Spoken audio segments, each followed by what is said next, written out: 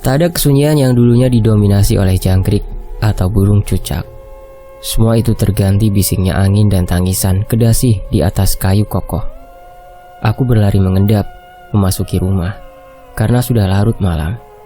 Pak Alek menyuruhku agar segera mencari Joko Suyanto untuk mencari puing kebenaran.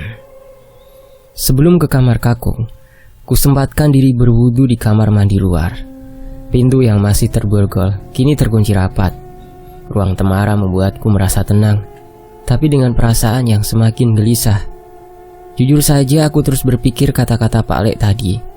Pantas saja yang terlihat sangat berbeda. Bau badannya menyengat dan amis. Matanya terlihat tajam. Rahangnya menonjol. Dan ketika berjalan ia terlihat bungkuk. Innalillah. Lalu apa yang harus aku lakukan? Kenapa Eyang bisa seperti itu? Sepanjang malam aku mendengar Eyang menyenandungkan ayat Al-Quran. Kadang diselingi tawa, kadang terisak, kadang pula ia mengorok keras seperti ternak mengendus-enduskan moncongnya saat kelaparan. Kenyataan petunjuk pada mimpiku, lalu mimpiku merujuk pada kenyataan. Sesuai arahan Pak Alek, aku tidur di kamar kakung. Sementara Pak Alek berjaga sepanjang malam di balik pendopo. Pak Alek menyarankan agar aku tak bersuara apapun yang terjadi di luar sana. Keluargaku tak datang karena aku tak membuat laporan apa-apa perihal kondisi Eyang. Aku ingin mengumpulkan bukti tentang Watri dan segala rahasia Eyang sendiri bersama kakung. Suatu pagi aku bangun melihat kamar Eyang terkunci masih rapat. Aku menyuruh Pak Alek berjaga di dapur selama aku pergi berbelanja ke pasar. Saat di depan pagar, mataku bersirobok dengan seorang anak kecil yang berusia sekitar 7 tahun. Dia tersenyum ramah dan melangkah ke arahku. Wajahnya bulat dengan gingsul kecil membuat aku tak mengenalinya sama sekali. Sedikit terkejut saat tiba-tiba anak itu meraih keranjangku. Dia lantas menggenggamnya sembari melirikku tersipu malu. "Mbak," kata bundaku, "Putri boleh ikut ke pasar. Bunda nunggu di depan sekolahnya Didin." Aku semakin terkejut saat sadar ternyata di depanku ini Putri. Putri anak Bunda Yauya. Aku tak sadar bersorak girang sambil berjongkok. Ku pegang kedua pipinya yang terlihat tirus, tak sama seperti dulu. Tapi kian menambahkan kecantikannya. Putri? Aduh maaf ya sayang. Mbak seneng jadinya kalap." Ia meringis panjang lalu tergelak. Tak lama ia terdiam. Beberapa saat kami bergurau. Tiba-tiba ia melirik rumah Eyang yang jauh dari jarak kami berdiri. Mata segarnya menaruh sinis. Dengan alis saling bertaut, ia melempar pandangannya ke arahku. "Mbak, rumahmu penuh sampah." Dengan santainya anak ini menunjuk pekarangan rumah. Aku tahu, tak hanya sebatas tumpukan sampah yang ia lihat. "Ayo kita jalan saja, nanti Mbak nyuruh Pak Alek bersihin." Matahari semakin melambung tinggi. Teriakan pedagang asongan di Jalan Rumpang 1 membuat suasana semakin hidup. Tak lama setelah itu, Putri bertemu bundanya. Mereka menyuruhku ikut karena aku masih asing di pasar tua ini. Tugas ke pasar biasanya Bibi Lija yang tangani. Jarang sekali Eyang kemari. "Bunda, dengar-dengar Eyangmu lagi sakit, Neng. Kata orang sakitnya sudah lama ya." "Eyangku udah baikan, Bun." Terpaksa aku bohong. "Alhamdulillah kalau sudah baikan. Bunda nih ngurus pemberangkatan ayahnya Putri ke Bandung lagi. Jadi belum bisa kesana jengukin Eyangmu. Insya Allah malam nanti kesana ya Put. Ya." "Enggak Putri gak mau ikut. Cerocos gadis itu." Aku dan bundanya saling bertatapan. Anak itu menggeleng santai. Padahal bersamaku tadi ia amat ceria. "Kan jenguk saja nak, gak lama kok." Putri terus berjalan. Tangannya sudah menggelayut manja, menyuruh kami ke penjual aksesoris. "Enggak mau Bun, pocongnya gak mau pergi." Bunda Yauya tertawa meringis sembari menyentak lengan anaknya. Sementara aku terdiam. Dalam hatiku membenarkan, anak itu benar-benar melihat sesuatu di rumah. Dia tadi hanya mengendalikan diri agar tidak histeris di depanku. Putri setengah terkejut saat kami bersih tatap.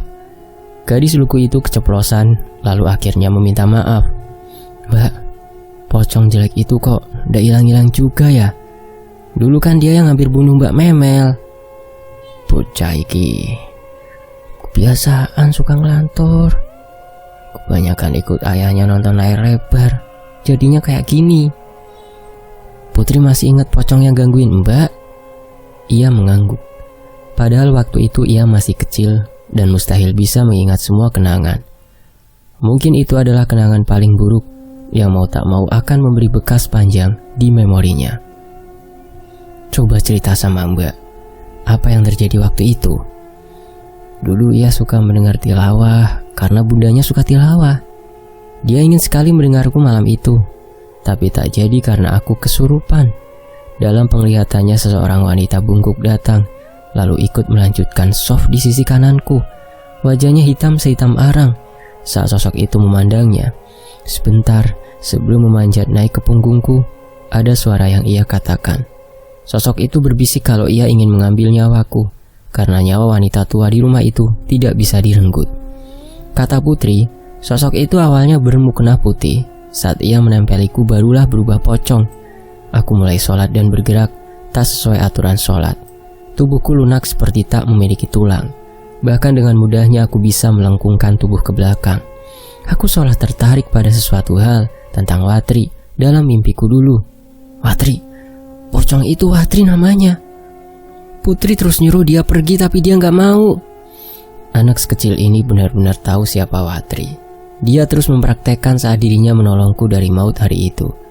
Dia terus menyebut nama Watri sampai tepat pada kalimat balas dendam. Dia bilang sakit hati Mbak. Jantungku terasa terhenti berdetak. Rasa takut datang membuat diriku terkulai lemas di tengah keramaian. Jika benar yang diucapkan Putri, berarti Watri sebenarnya berniat menghabisi nyawaku dan Eyang. Kematian kedua orang tuaku tak menutup kemungkinan itu ulahnya juga. Tapi kenapa? "Mbak Mel, Putri lupa minta uang sama Bunda." Kresek hitam penuh dengan macam mainan dan bando pink terdengar bising. Ia membuatku tersadar dari lamunan panjang setelah mendengar ceritanya. Dengan sigap ku selesaikan transaksi itu, lantas pamit pada Putri. "Kamu nunggu bundamu di sini ya. Mbak ada urusan dadakan. Kalau ada yang manggil pulang selain Bunda, jangan didengerin ya." Sungutnya. Untung saja ia penurut. Ia duduk bersila di salah satu balai bambu kosong setelah aku melangkah pergi. Rencananya aku akan pulang dan bersiap-siap ke rumah Paman Tuwoh. Kakek Suko berpesan agar aku mencari Pak Joko. Hanya saja terhalang oleh Pak De dan keberangkatanku dulu ke Sumatera. Begitu sampai di rumah ada Pak Le yang terlihat tergesa-gesa menyambutku agar segera masuk. Dia bilang eyangku ada di kamarnya. Dia mengunci diri dan marah-marah dari tadi. Cemas ketika membuatku berlari. Pintu kamar itu ku ketuk sambil memanggil Eyang. Tiba-tiba dari dalam Eyang mengintip.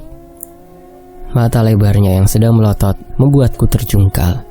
Eyang berteriak memakiku dan menyebutku anak tak tahu diri. "Mana tasbih kakungmu?" "Itu benda keramat, bukan tasbih. Cepat kembalikan. Kembalikan anak cantik. Anak cantik yang penurut," kata sosok yang ada di dalam Eyang. Pak Ale memintaku agar lari saat itu juga, tapi aku mulai tertantang ingin menantang mayat busuk yang ada di dalam itu sampai amarahnya memuncak. "Kenapa? Bulu itu dibuat oleh siapa? Sampai kamu bisa seenak jidat hidup dan berkuasa di rumah kakungku? Siapa yang membuatmu seperti ini?" Pak Ale menarikku paksa. Ia terlihat putus asa, membujukku berlari saat tiba-tiba sosok itu melempar benda kecil dari lubang kenop pintu. Aku terkejut karena ia ternyata mencomot gigi Eyang dan dilemparkannya kepadaku. 1, 2, 3, 4. Gigi-gigi itu masih berlendir dan penuh darah, terpental tepat di depan wajahku. Sungguh, tidak ada teriakan sakit merintih dari dalam. Itu artinya ia sudah benar-benar menguasai tubuh Eyangku. Tangisku pun pecah. Hatiku terasa diremas mendengar tubuh Eyang mulai berbunyi retak. Astagfirullah. Aku memekik histeris. dan berusaha membuka pintu menggunakan kursi besi. Palik membantuku. Ia tak kalah panik saat suara tulang di badan Eyang benar-benar terdengar seperti pelepah pisang yang dipatah-patahkan. Ya Allah, Eyang, sadar Eyang. Pintu berhasil Palik buka menggunakan linggis dan kursi. Tapi pemandangan di dalamnya semakin membuatku terpukul. Tubuh Eyang berdiri tegap dengan kepala di bawah, lalu tumbang seperti kayu jatuh ke lantai. Eyang tak sadar diri dengan mulut bersimbah darah. Matanya terpejam, dengan kirinya tertekuk ke belakang. Salivaku sulit rasanya tertelan, menyaksikan Eyang yang kini terlihat tak berdaya. Aku bersama Palik menyumpal darah kental dari kusinya. Tubuh Eyang kubalurkan daun sirih dan racikan obat pereda sakit. Sampai jelang duhur, aku pamit menemui pamanku. Hari itulah beliau membantuku mengumpulkan informasi keberadaan Pak Joko. Beliau katanya sudah lama memensiunkan diri, dan sampai sekarang paman belum menemukan alamat sesungguhnya. Paman menyebut tempat yang sudah pernah ia kunjungi. Banyak info yang berujung nihil selama aku pergi. Tapi aku yakin jika Pak Joko itu masih hidup, dia hanya memensiunkan diri dari satuan TNI karena istrinya meninggal saat ia bertugas di tempat jauh. Makanya setelah ia tak lagi bekerja, kabarnya hilang di mata orang-orang. Sadar mada juga kosong. Jadi ini daftar bekas rumah dinas yang paman dapat. Paman balik jualan, Neng. Kamu cari sendiri dulu ya. Kalau begitu Email pamit dulu ya. Nuwun doanya biar Email bisa ketemu hari ini. Geng, Neng. Tantemu tak suruh ke Rumbang saja ya, Neng. Cecar paman. Tadi kami sudah bercerita soal sakit Eyang yang semakin parah. Jangan Om, Email bisa rawat Eyang sendiri kok. Daerah Petur 7, Solo, sekitar tahun 1986. Singkat waktu, aku tak ingat lagi berapa kali kegagalan yang aku lalui hingga sampai pada rumah yang ditujukan kantor Kapolres pinggir kota Solo.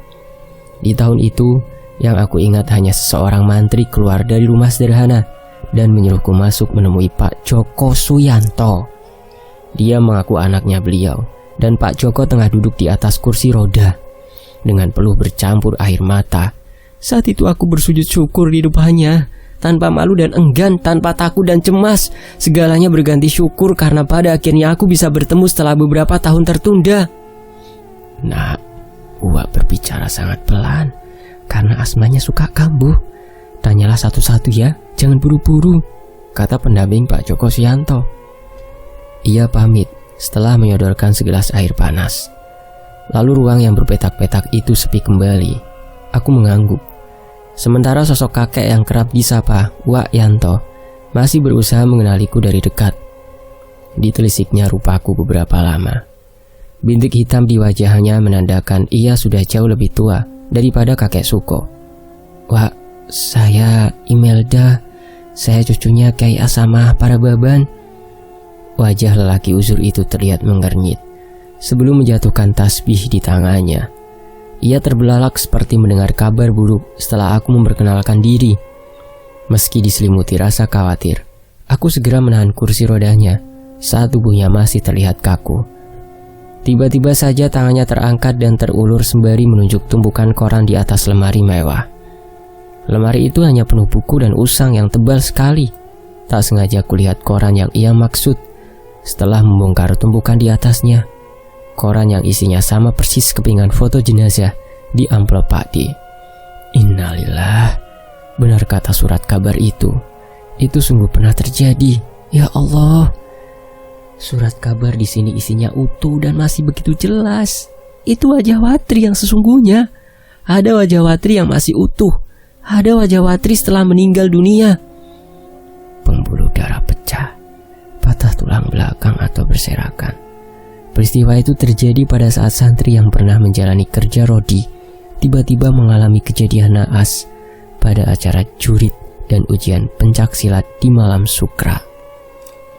Jago merah melahap seluruh bangunan pondok Tholabul Ilmi, tak terasa kecuali beberapa perabot pemilik pondok di kantornya. Berdasarkan hasil penyelidikan, beberapa santri yang sedang selesai berjamaah terperangkap di dalam ruangan yang dijadikan musola. Sementara mereka berjumlah 21 orang, Nama-nama korban tertera di halaman selanjutnya. Duduklah. Aku menyeka sekali lagi air mataku. Bibirku mengatup kuat dan berusaha menerima segala kabar buruk hari ini. Uwak menyuruhku duduk dengan sirat mata teduh. Tak sama saat aku memperkenalkan diri tadi. Sekarang ia jauh terlihat tenang. Kakung sampean wedal ing Sembalitan. Nyambut damelan berdakwah ing Sembalitan. Kakungmu itu lahir di Sembalitan, bekerja dan berdakwah di Sembalitan, juga mati di Sembalitan. Dia punya sahabat, Gus Kafa namanya. Kata orang mereka pemuda gagah perkasa, gagah bibit bobotnya, gagah pula pendidikan dan karirnya.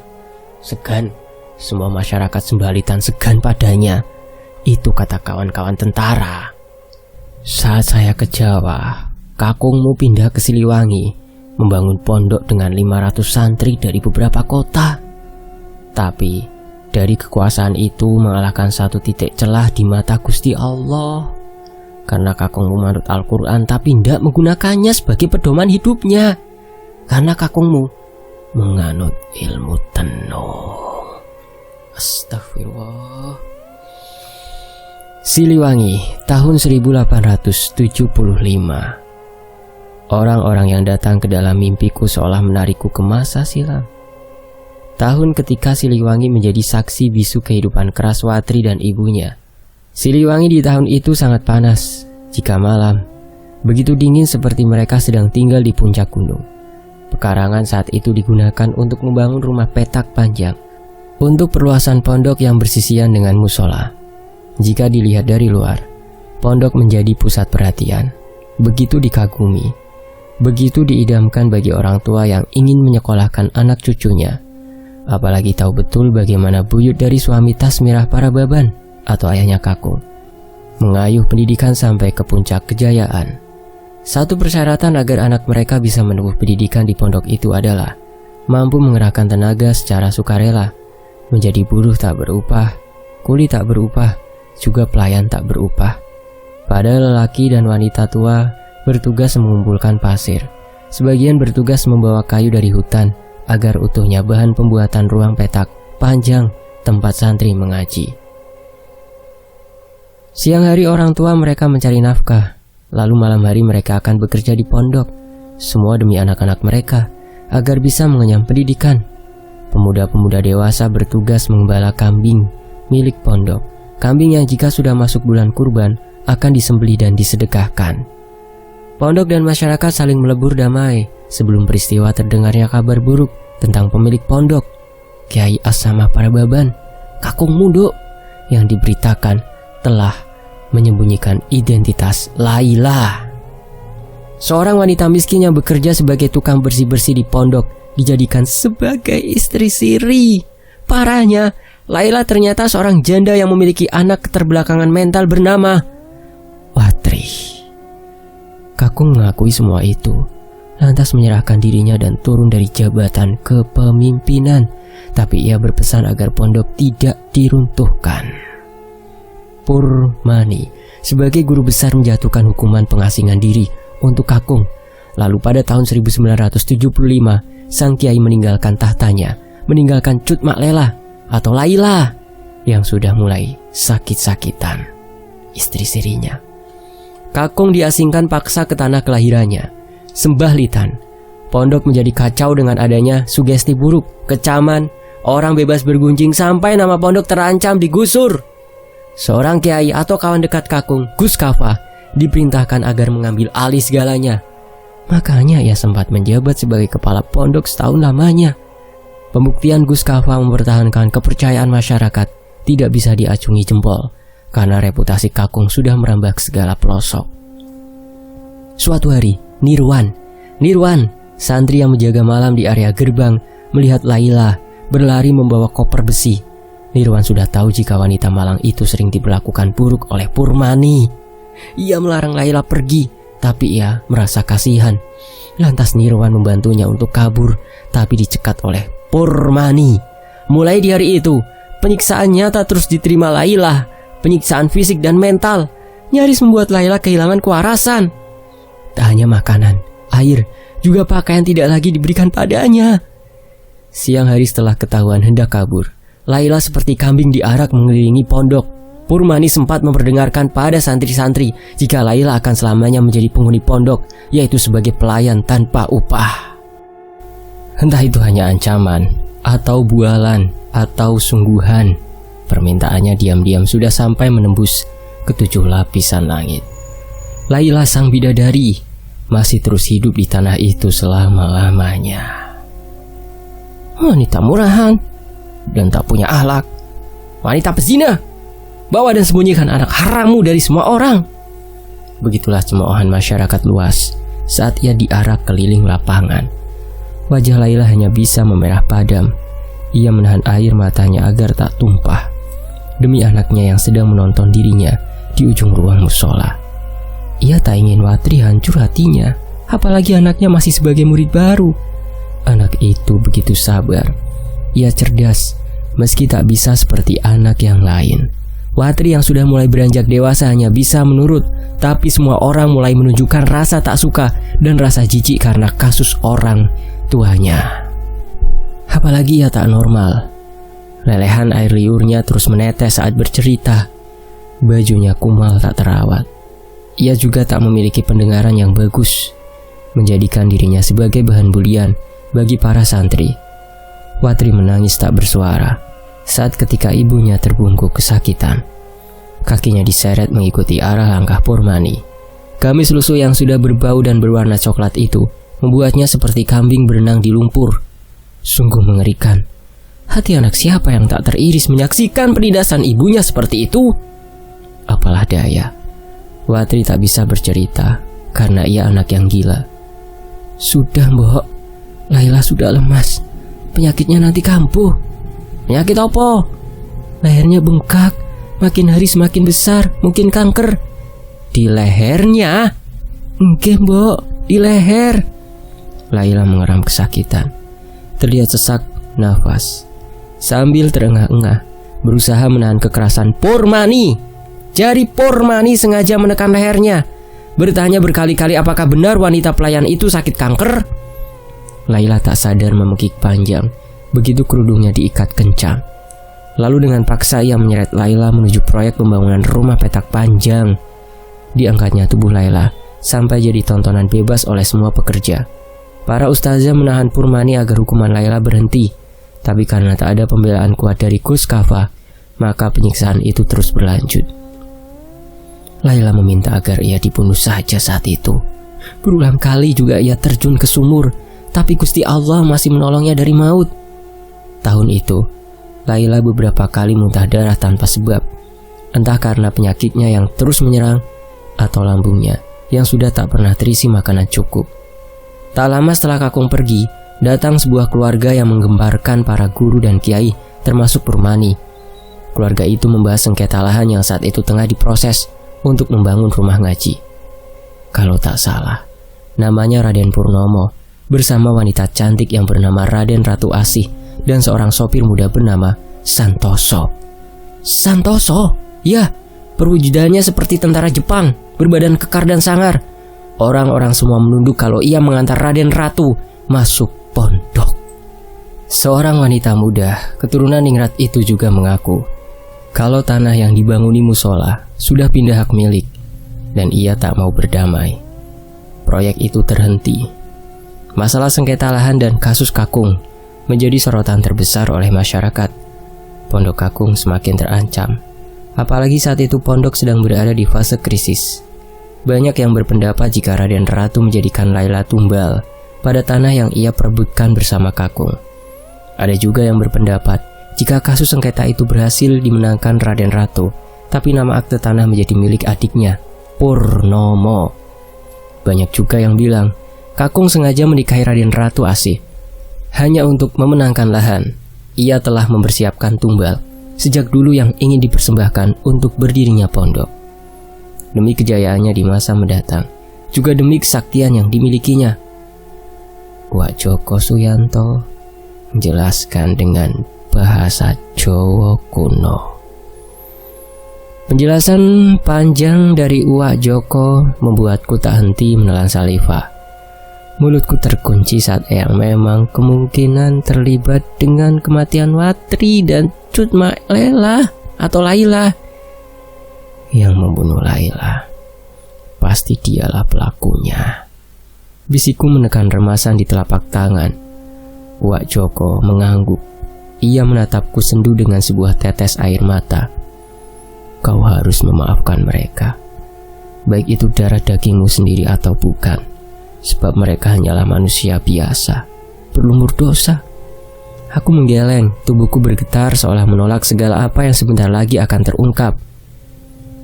Guru itulah yang pada akhirnya membunuh Laila. Guru itu, setelah ia disiksa tanpa pernah diberi makanan layaknya manusia. Benar, Pak. Email sudah baca suratnya Ki Santoso. Dalam surat itu ia menyuruh Nirwan membawa Eyang lari dari pondok karena ia melihat Cuk Mak Lela atau Laila mati digergaji oleh Purmani. Tiba-tiba Wak Joko menggeleng, kedua matanya tertutup kencang sembari mengibaskan telapak tangannya. Purmani hanyalah kaki kanan. Mengapa ia begitu ingin membunuh Laila, padahal ia tak ada urusan dengan masalah kakungmu dan sengketa tanah? Menurutmu apa itu wajar, Neng? Ternyata usut punya usut. Tempat kakungmu mendirikan pondok sudah menunggu tumbal sejak awal pembangunan. Ilmu ngaruat yang dijalani buyutnya turun-temurun, diwariskan pada saudaranya atau keturunannya. Entah itu berupa kejayaan, kekayaan, kekuasaan, juga kekuatan. Email sungguh belum bisa menerka, Wak, tanyaku. Begini, Email, Laila adalah orang kedua dipenggal berdiri. Laila hanya menggunakan mukena karena ia tak pernah memiliki baju. Di saat detik-detik ia hilang, Nirwan melihat Laila kabur mengikuti Purmani ke Sembalitan. Tak ada yang tahu setelahnya bagaimana, karena 5 bulan sebelum peristiwa terbakarnya pondok, Laila dikabarkan sudah hilang. Laila hilang seperti tertelan bumi. Tidak ada yang tahu apa yang sudah terjadi padanya. Apakah dia selamat atau tertangkap dan dibunuh? Sementara itu, Watri semakin tak terkendali setelah kematian ibunya. Bagaimana tidak? Setiap hari ada saja yang peristiwa buruk di pondok semenjak Watri sering melakukan sesuatu. Laila seakan mengisahkan cerita pilu di telingaku. Bagaimana dengan kehidupan Watri setelah ia tahu jika ibunya meninggal dunia dan dijadikan persembahan alam dan para makhluk halus? Hidup di dunia sengsara, di alam tanah semakin sengsara. Allahu Akbar. Masih kata Wak Joko, Cut Mak Lela atau Laila sudah sejak lama dijadikan tumbal oleh mereka. Semakin kokoh bangunan itu, maka semakin membutuhkan tumbal baru.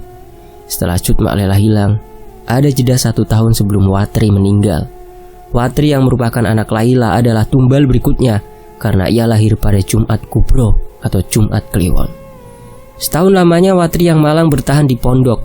Ia ingin belajar tekun, tapi sulit menyeimbangi keadaan karena dirinya keterbelakangan mental. Watri tertindas oleh kerasnya lingkungan, terpuruk tanpa dukungan. Ia bertahan karena menunggu ibunya pulang dari Sembalitan dan membawanya pergi dari pondok. Suatu hari ia ketahuan mengompol di kasur. Jadi ada bilik khusus yang terpisah untuk dia tinggal, dan darah haidnya mengucur. Perutnya pun melilit karena sakit. Watri tengah sakit perut dan demam. Hari itu ia tak pernah keluar dari bilik.